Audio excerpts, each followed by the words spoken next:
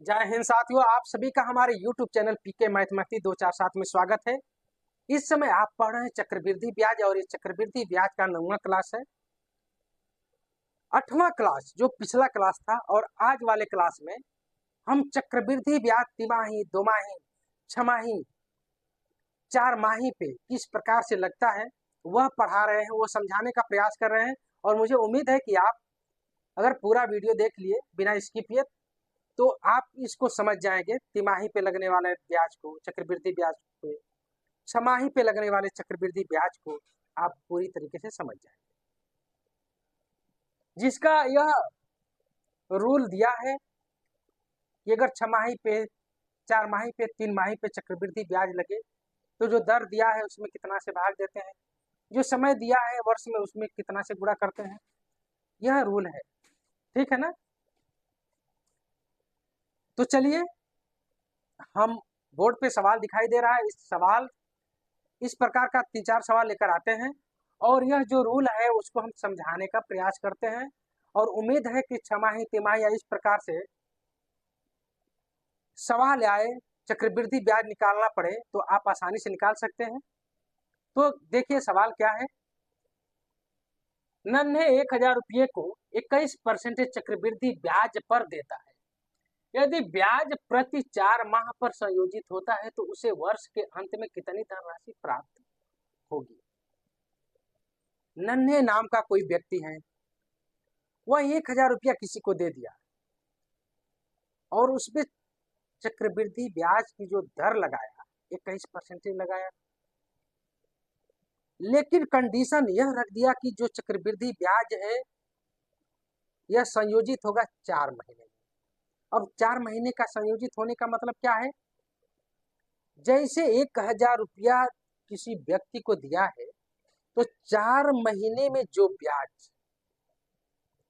4 महीने में ब्याज मिला रहेगा, आज जैसे 5वां महीना चढ़ा तो जो 4 महीने में ब्याज मिला रहेगा इस पे भी ब्याज 5वें महीने में लगने लगेगा। आज जो 1000 रुपया दिया है उस पे तो ब्याज लगेगा ही लगेगा। आज जैसे 8 महीना पूरा हो गया तो इस 4 महीने का ब्याज और उस 4 महीने का ब्याज, इन दोनों को जोड़ दीजिए, इस पे भी ब्याज लगेगा प्लस वो अगला 4 महीने का जो ब्याज मिला उस पे भी ब्याज लगेगा। यानी 8 महीने पे भी ब्याज लगेगा, उस अगले 4 महीने पे भी ब्याज लगेगा। आज जो 1000 रुपया दिया है उस पे भी ब्याज लगने लगेगा।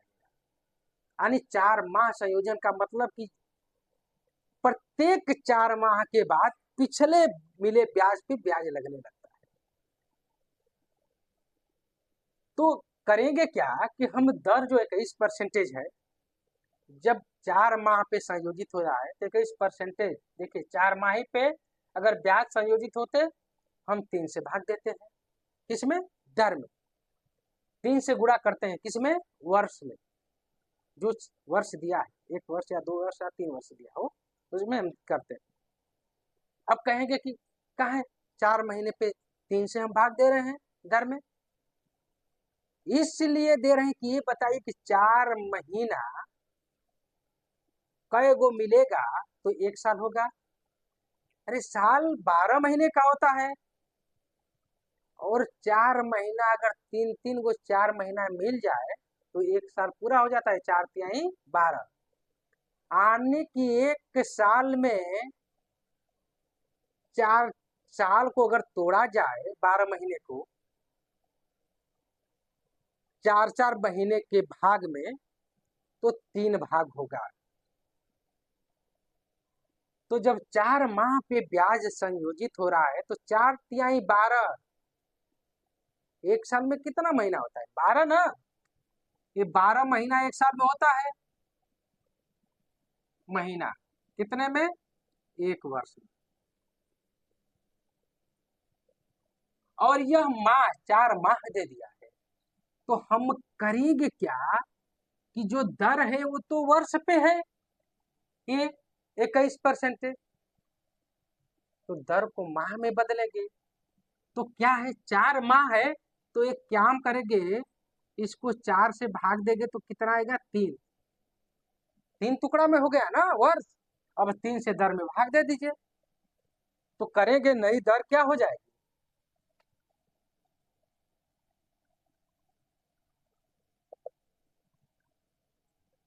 चार माह पे संयोजित हो रहा है, तो 4 माह का 1 वर्ष में भाग देंगे तो 3 आएगा, और जब 3 आ जाएगा तो दर में 3 से भाग देंगे, तो दर क्या हो जाएगी आपकी? 21/3 प्रतिशत, यानी कि 7% अब दर लगने लगेगी 4 माह पे। और क्या हो जाएगा? समय कितना हो जाएगा? 1 वर्ष है ना, जब 1 वर्ष है तो 4 माह पे संयोजित हो रहा है, तो कितना खंड में हुआ 1 वर्ष? 3 खंड में ना।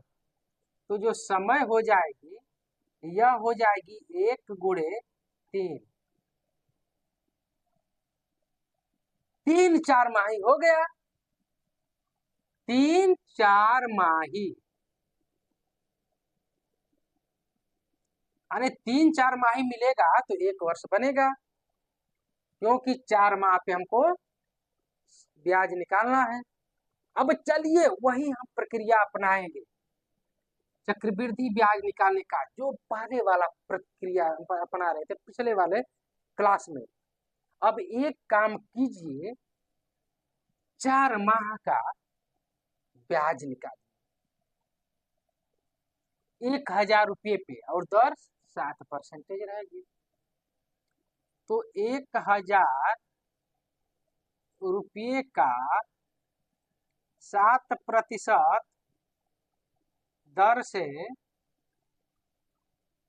4 माह का ब्याज, क्योंकि ये 4 माही है ना, वर्षी तो है नहीं, तो करेंगे क्या?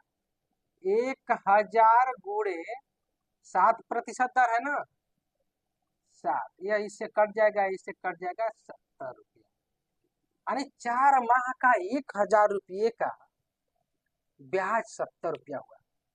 अब इस 70 रुपया को यहाँ उठाकर लाइए, क्योंकि जैसे 5वां माह स्टार्ट हो जाएगा, 5वां माह, 6वां माह, 7वां, 8वां, तो इन 4 महीनों में 5 से लेकर 8 महीने तक इस पे भी ब्याज लगेगा, इस पे तो लगेगा ही लगेगा, इस पे भी ब्याज लगेगा।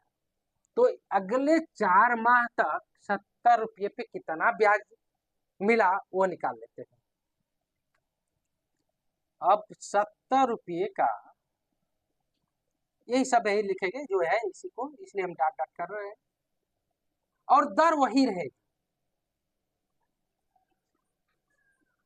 ठीक, 7%, यह इससे कट जाएगा। अब 7 7 49 और बटा 10, या 4.9 रुपया हो गया।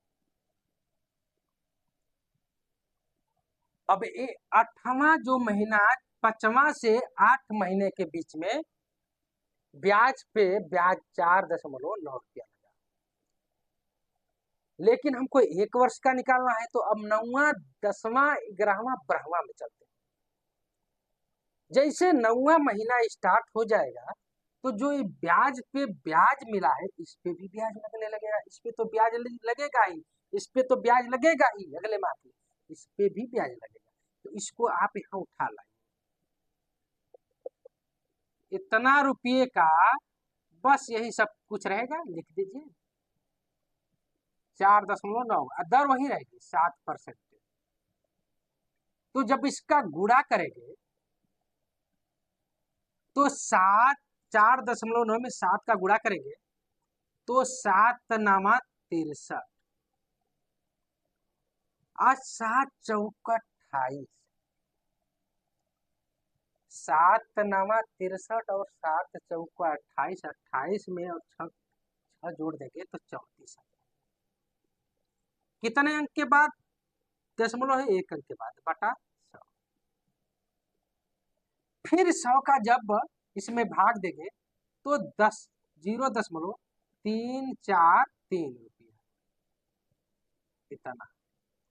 अब यह 1 वर्ष पूरा हो गया, ठीक है ना, 1 वर्ष पूरा हो गया, तो 3 वर्ष या 3 खंड के लिए, 3 खंड के लिए हम क्या निकाले थे? 3 वर्ष, 3 वर्ष या 3 खंड के लिए, वर्ष के लिए या 3 खंड कर दिया तो उसके लिए अनुपात क्या था? 3 संबंधित 3 संबंधित 1 ही ना था।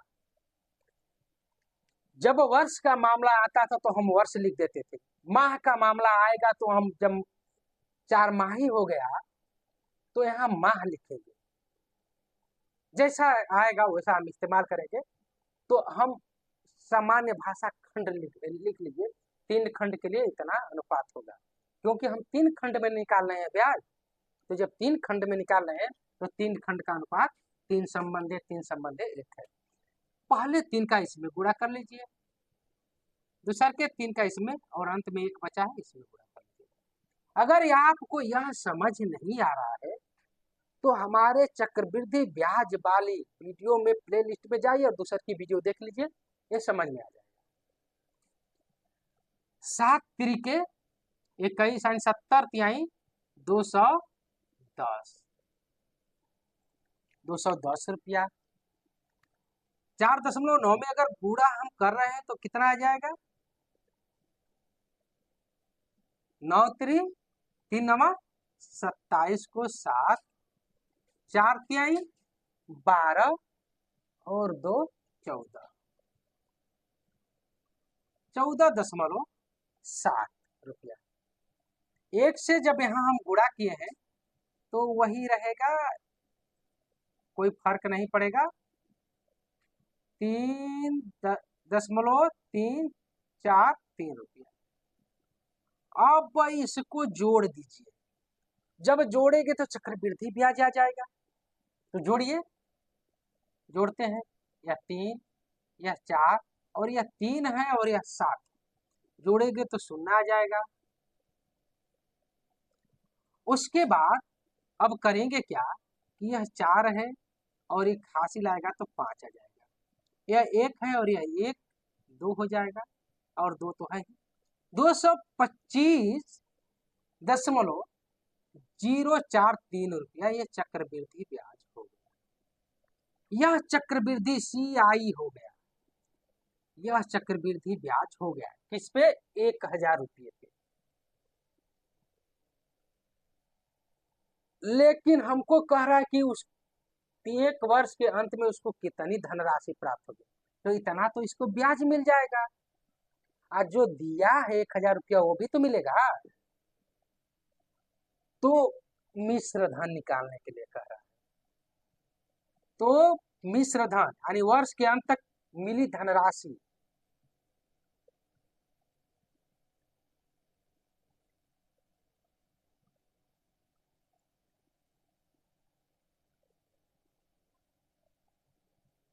मिली धनराशि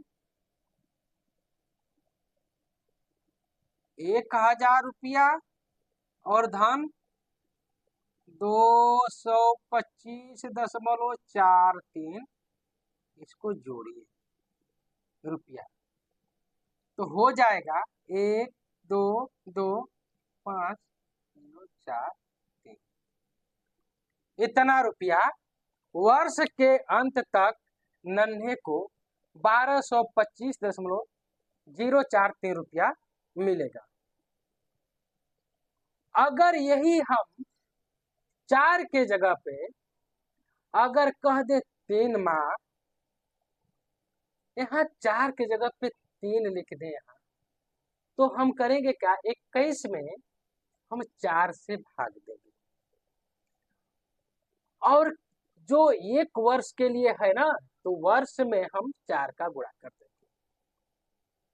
अगर 5 माह के लिए कहें कि 5 माह पे चक्रवृद्धि ब्याज लगता है, यहाँ 5 लिख दे, तो 21 में हम 5 का भाग देंगे, और जो समय दिया है वर्ष के अंत का मतलब 1 वर्ष में हम 5 का गुणा कर देंगे, और सब प्रक्रिया यही रहेगी और हम ब्याज निकाल लेंगे। तो चलिए अब हम कल फिर मिलते हैं और चक्रवृद्धि ब्याज के कुछ अलग सवाल लेकर। तब तक आप पढ़ते रहिए, मस्त रहिए।